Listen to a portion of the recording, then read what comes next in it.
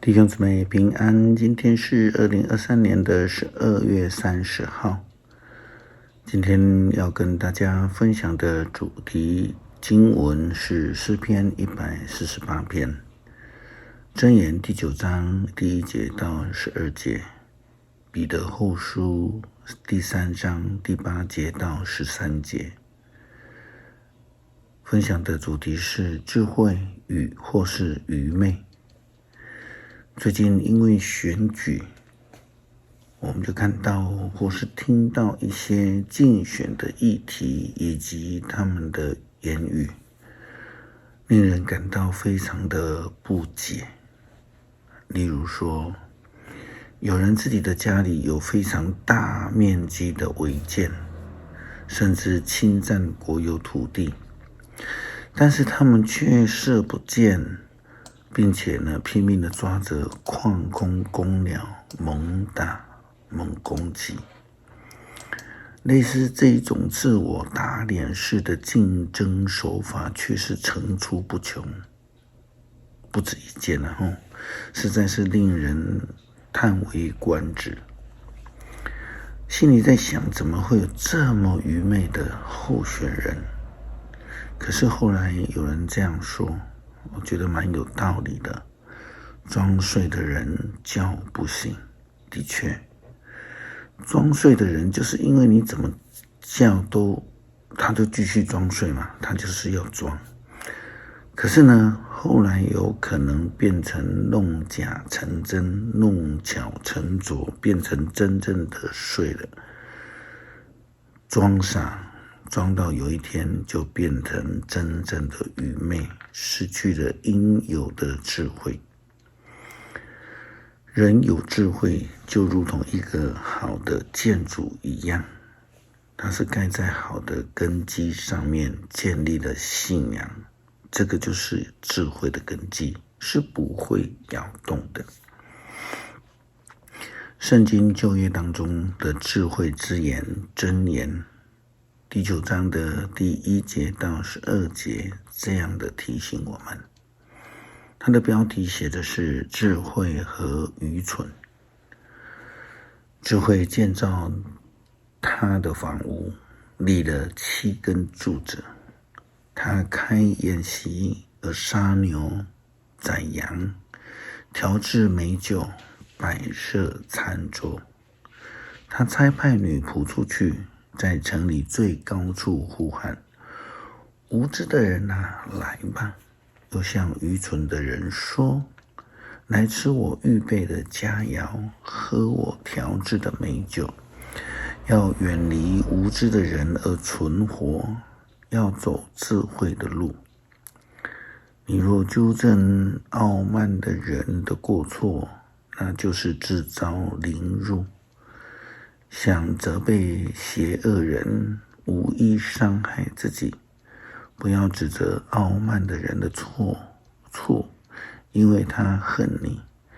你若指教明智的人，他会尊重你；指教明智的人，他会使他更明智；教导正直的人，会使他增长学问。敬畏上主是智慧的开端。认识至圣者就是明智，智慧会使你延年益寿。你的智慧获益的是你自己，你如果拒绝智慧，亏损的也是你自己。圣经告诉我们，千万不要去劝告这些愚昧的人或是装睡的人，因为他们根本不愿意听劝，反而会攻击那些劝告他们的人。最近的选举真的是这样子反倒要劝告那些有智慧的人以及义人，因为他们愿意听劝，乐意悔改。基督信仰强调的敬拜上帝是智慧的开端。根据这样的基础来看，只要是拒绝智慧的人，就是拒绝上帝了。而离开愚昧、愚蠢、无知的道路，就是走在智慧之路的一个重要基础。否则的话，就是自招凌辱。基督徒应当要努力追求的是上帝的智慧，甚至要去指教那些明智的人，使他能够成为更重要的智慧人。耶稣基督的门徒彼得，他在彼得后书第3章第8节到13节这样来提醒我们。他说，可是我亲爱的朋友们，有一件事你们不可忘记，在主的眼中，1000年如一日，一日如1000年。主并不像一般人所想的，迟迟不实现他的应许。相反的，他宽容你们，因为他不愿有一个人沉沦，却要人人悔改。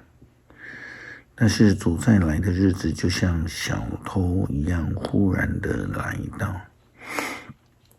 在那日，诸天要在巨大的响声中消失，天体要在烈焰中来烧毁，大地和万物都会消灭。既然这一切要这样的毁灭，你们应当做哪一种人呢？你们应当过着圣洁虔诚的生活，等候上帝的日子，竭力加速他的临到。在那日，诸天要被烧毁，天体要在烈焰中融化。但是我们在等候上帝的应许的新的天、新的地，在那里正义常驻。基督徒的将来的盼望，其实就是上帝的应许的新天新地。我们需要非常有耐心的等候，并且过着圣洁虔诚的生活，这样才能够竭力的加速上帝应许的来临。更重要的是，不要失去盼望，要有耐心的等候，要有十足的预备，因为上帝的日子看起来是耽搁了，但是这个耽搁是为了要赐下更整全的救恩。要是人人都悔改得救，并且他再来的日子要如同贼一样悄悄的来临。所以呢，基督徒的你我要成为有智慧的人，要预备自己来迎接随时来到的基督再临。诗篇148篇这样告诉我们，标题是呼召全宇宙颂赞上帝。你要赞美上主，你们要从天上颂赞上主，要在高天颂赞他。他的众天使啊，你们要颂赞他；他的众天军啊，你们要颂赞他。太阳啊，月亮啊，要颂赞他；闪耀的星辰啊，要颂赞他；天上的诸天啊，要颂赞他；天上的众水啊，要颂赞他。愿万象都颂赞上主的名。他一命令，一切就造成，各有固定的位置，永不改变。他的命令谁都不能违背。海怪啊，深渊啊，闪电、冰雹、雪和云雾啊，遵行命令的大风啊，要从地上颂赞上主。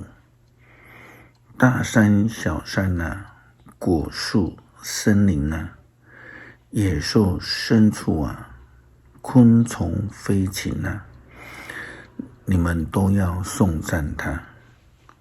君王啊，万民啊，公侯啊，一切掌权者啊，少年人啊，少女啊，老年人啊，孩童啊，你们都要颂赞他。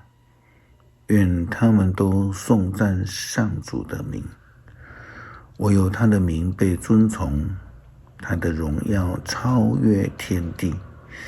他使他的子民强盛，因此他忠贞的子民以色列，所有他亲爱的子民都颂赞他，要赞美上主。恳求上帝帮助我们来活出智慧的生命，终身努力预备自己来追求你，等候你，敬拜主。感谢祷告奉主耶稣得胜的名，阿们。